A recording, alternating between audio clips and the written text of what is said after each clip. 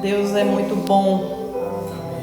Eu quero compartilhar com vocês algo da minha leitura devocional.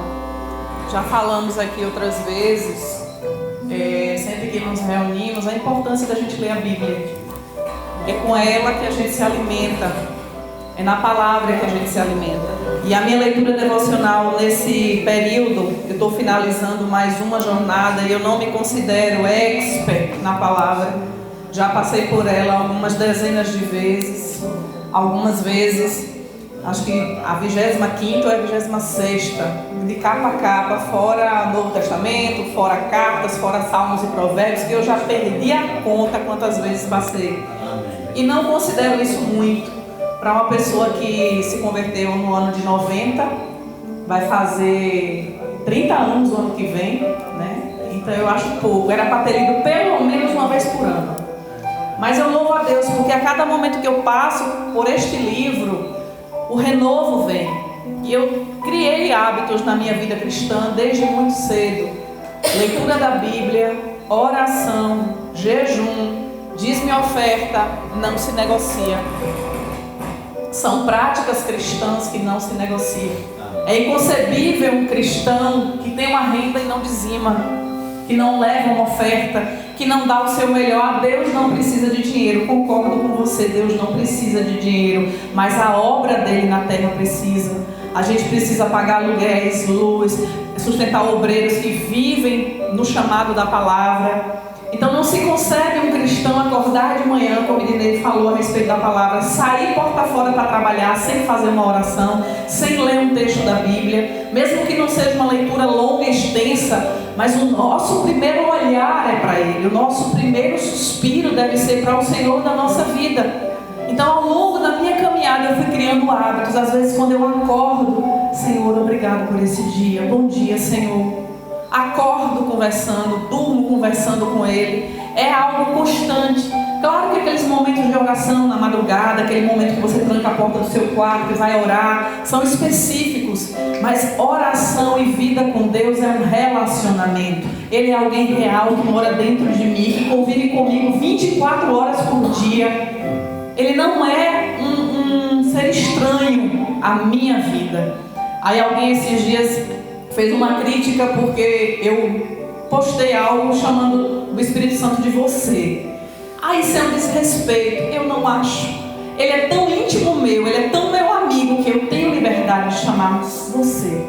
Senhor, você, eu te amo, você é importante para mim. Quando a gente se relaciona com alguém de carne e osso, um esposo, uma esposa, um filho com a mãe, a gente não tem aquele nível de intimidade para falar coisas que a intimidade permite. Por que com o meu Deus, com o meu Senhor, com o meu amigo íntimo eu não posso? Então eu falei, tudo bem, eu não concordo com você, eu respeito sua opinião, mas eu tenho liberdade de chamar ele de você. Porque ele mora comigo 24 horas e eu percebo a sua presença o tempo todo. E tudo isso foi para dizer que na leitura da Bíblia desse período, eu estou encerrando mais uma parte, e eu estou lendo o livro de Atos. E às vezes quando eu não tenho tempo de ler, eu coloco o áudio e vou acompanhando. Às vezes fazendo alguma coisa em casa, coloco o áudio e vou acompanhando. E aí salta aquele texto. É como se ele chegasse e dissesse assim, preste atenção nisso aqui é importante agora. Preste atenção nisso aqui. Quando a gente está lendo, parece que aquela palavra rema salta do papel e vem para dentro de nós. Quando a gente está ouvindo da mesma maneira. Então eu tenho esse hábito. Todos os dias de manhã você vai encontrar uma meditação, alguma coisa no meu dia a dia. E lendo a palavra esses dias, no livro de Atos, eu me deparei com algo muito lindo, que foi a unidade da igreja. No capítulo 4, não precisa você abrir, dizia lá que todos eles eram um só coração, um só pensamento. E nada deles eles consideravam seu propriamente. Era da comunidade dos servos do Senhor. Alguém tinha uma propriedade, eu não considerava sua.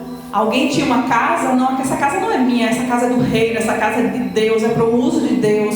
Alguém tinha uma carruagem, que naquela época não eram carros, nada eles consideravam propriamente sua. Havia na igreja primitiva, no livro de Atos, quando a gente começa a ler no capítulo 1, eu já estou no capítulo 16, já passei pela conversão de Paulo, E a gente vai vendo como a igreja ela era um só pensamento, um só sentimento, um só coração. O que um pensava, o outro estava respaldando. Havia uma unidade perfeita. E essa unidade é o que Cristo quer resgatar e quer trazer para as nossas vidas nesse tempo. No capítulo 12, a gente vai encontrar Pedro preso e a igreja fazia incessante oração. No verso 5, Pedro estava guardado no cárcere, mas havia oração incessante a Deus por parte da igreja a favor dele. A igreja estava ali, nós não aceitamos a prisão de Pedro. O Senhor liberta Pedro, envia anjos ao encontro de Pedro. E vocês conhecem a história. Pedro é livre de uma maneira sobrenatural. Por quê? Porque havia gente orando. Havia gente com o coração voltado para aquele momento, para livrar Pedro da mão de Herodes. No início do capítulo diz que Herodes achou tão bom prender o povo que matou Tiago a espada e prendeu Pedro. Por pouco Pedro também não morreu. Tiago já estava morto ao fio da espada. E a perseguição em relação ao povo de Deus ali gerou na igreja um senso de responsabilidade e de urgência. Havia um clamor, havia um desejo do povo de orar, de buscar, de conhecer a Jesus. Aí nós chegamos no capítulo 9, encontramos a conversão de Saulo de Tarso, que foi algo que mexeu com a igreja primitiva. No capítulo 1, eles estão tentando colocar alguém no lugar de Judas que morreu e elegem Matias. Mas no fundo, Matias não foi chamado para ser discípulo. Eles elegeram porque eles eram uma igreja, estavam organizados. Mas o Espírito levantou o próximo, que foi Paulo. Paulo foi colocado espiritualmente no lugar de Judas. Mas a igreja tinha instituído Matias. Mas o Senhor levanta Paulo. E quem é que ora por Paulo? Ananias. Um homem que não era pastor, não era missionário, não era diácono, não era presbítero, era um discípulo. A Bíblia é clara quando diz: um discípulo chamado Ananias. O Senhor mostra a Ananias: vai à casa tal e ora pelo homem chamado Saulo, porque eu tenho uma obra na vida dele. Senhor, eu não posso ir lá. Este homem está matando, este homem está prendendo. O Espírito volta para Ananias e diz: vai, porque ele é para mim um vaso escolhido.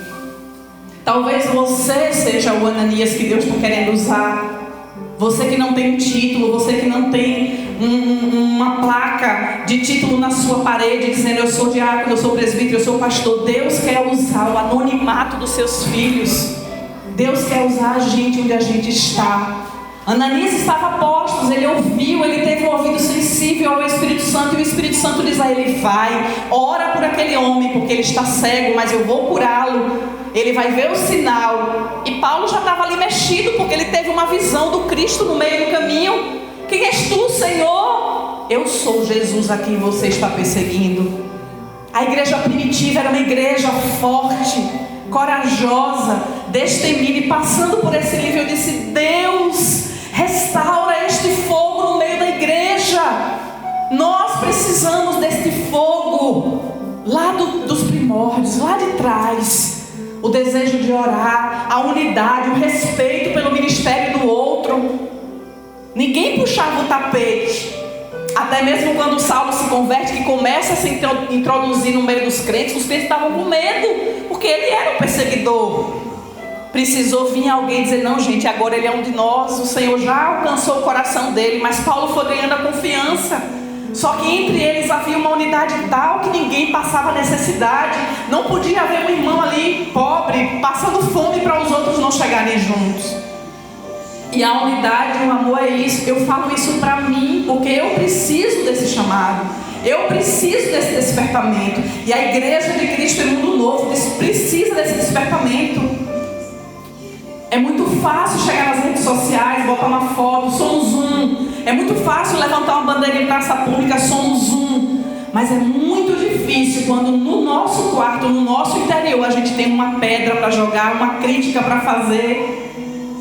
É muito fácil exteriorizar a unidade, mas dentro do coração a gente se roer de inveja, de raiva por não ter o que o outro tem, por não fazer o que o outro faz, por não ter uma voz afinada como o outro tem, por não conseguir pregar como o outro prega. Meu irmão, acorda! Deus chamou você com um chamado específico que é só seu. Tira o olho do teu irmão e coloca em Deus tem para a tua vida.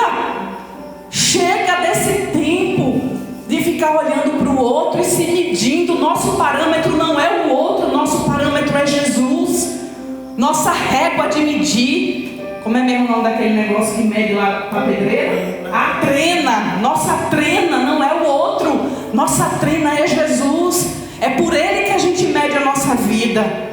E talvez se eu me comparar com Tânia, com Ednei, eu vou encontrar coisas melhores nelas ou em mim. Mas quando eu me comparo com Jesus, eu sou ínfimo, eu sou pobre, eu sou cego, eu sou nu, eu sou necessitado dele. Porque comparar-se com Ele é comparar o tudo com o nada.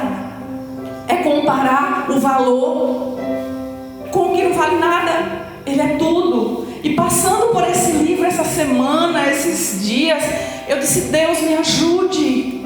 Queime em meu coração tudo isso. Me ajude a orar como a igreja orava, a ponto de gerar milagres como a igreja gerava. Pedro, quando sai dessa experiência, encontra um coxo, não me lembro se foi antes ou depois, mas encontra um coxo na porta do templo. Eu não tenho prata nem ouro, mas em nome de Jesus, levanta.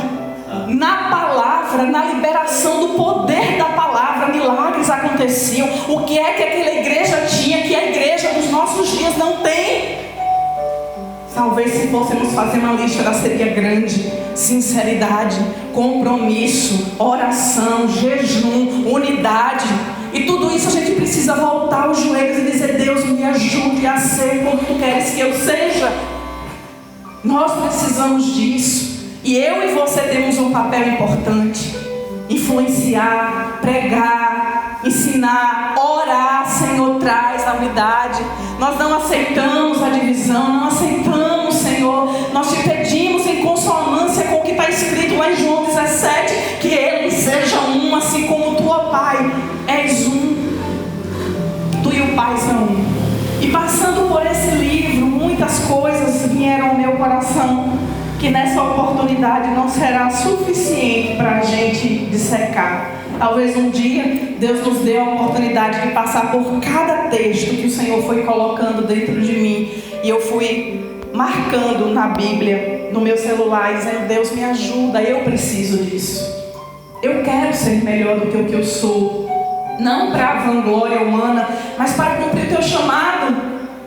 Nós estamos em oração, as mulheres, cada uma de nós escolheu 3 mulheres para orar, jejuar e buscar. E temos orado. Ainda hoje eu passava por aqueles nomes e dizia: Senhor, Tu conheces essas vidas. Meu irmão, acorde. Tudo que a gente fizer para o reino não vai valer nada se não tiver frutos de almas rendidas ao Senhor. A gente pode subir para aqui, para esse bairro, toda terça-feira, mas se as almas não estão se rendendo, nosso trabalho está sendo infrutífero. O fruto não é eu sentir a presença de Deus quando eu chego aqui. O fruto que Deus quer receber de nós são vidas rendidas aos pés do Senhor. E como é que eu faço isso? Testemunhando, orando, falando com as pessoas que eu encontro, não perdendo a chance de falar de Jesus em qualquer tempo. Eu preciso despertar. Às vezes, quando eu olho para o início da minha fé, eu digo: Senhor, onde estava aquele fogo evangelístico que no tempo decorrido eu perdi? Eu entrava no ônibus, eu não conseguia entrar no ônibus e ficar indiferente àquelas outras 30, 40 pessoas que estavam ali. Eu distribuía folhetos, falava do amor de Deus. Quantos testemunhos eu posso contar do início da minha fé, quando essa chama do evangelismo ardia dentro de mim. E às vezes eu olho para mim hoje e digo: Senhor, hoje eu não falei com ninguém do teu amor. Me ajuda, coloca a gente no meu caminho, coloca a gente no meu caminho para me despertar. Deus quer de nós isso, amados. E lendo o livro de Atos, olhando para esta igreja primitiva, isso ardeu em meu coração. E eu disse: Deus, eu quero isso. Não para que o nome de Tati se engrandeça. Tati não é nada, não é ninguém, é apenas um vaso de barro nas mãos do oleiro. Mas o oleiro quer fazer grandes coisas com aqueles que se dispõem. A quem enviarei? A quem enviarei? Quem irá por mim? Diz o Senhor dos Exércitos. Que eu e você sejam os primeiros a bater continência e dizer: eis-me aqui, Senhor, envia-me a mim. Envia-me a mim. Envia-me a mim na escola, no trabalho, nas ruas, na cansa. Porque é muito fácil chegar aqui, cantar, louvar, falar em línguas e testemunhar no nosso vizinho que está ali na nossa rua. A gente não dá testemunho. Ao contrário, bate de frente. Que Deus toque as nossas vidas, meu amado. É o clamor do meu coração nesta noite, que Deus toque as nossas vidas. Tu tem aquela canção de Cassiane no teu celular? Oração? Bota ali pra gente cantar. E a gente vai encerrar cantando playback. E a gente vai cantar essa canção como uma forma de orar, porque a oração ela tem poder, queridos. A oração ela tem poder. A oração é alimento. E através da oração cárceres são abertos. Através da oração curados, enfermos são curados. Através do poder da oração. Aleluias. Nós vamos cantar todos juntos. Tu me dá uma vida que eu não sei.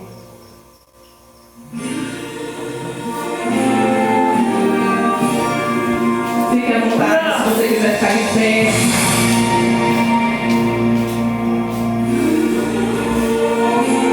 Cante com toda a sua força. Glória de Deus. Glória do Pai. Deus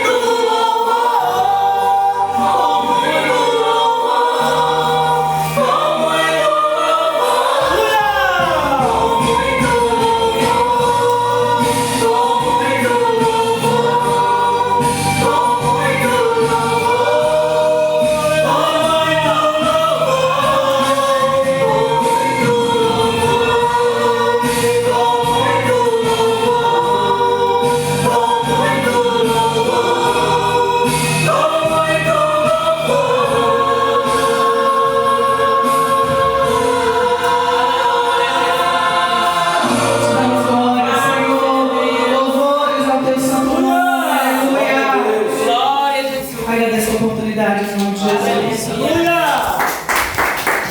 Aleluia, louvado seja Deus. Glória a Deus. O irmão Márcio, pastor Márcio, está com a oportunidade de estar hoje. Aleluia. Louvado seja Deus.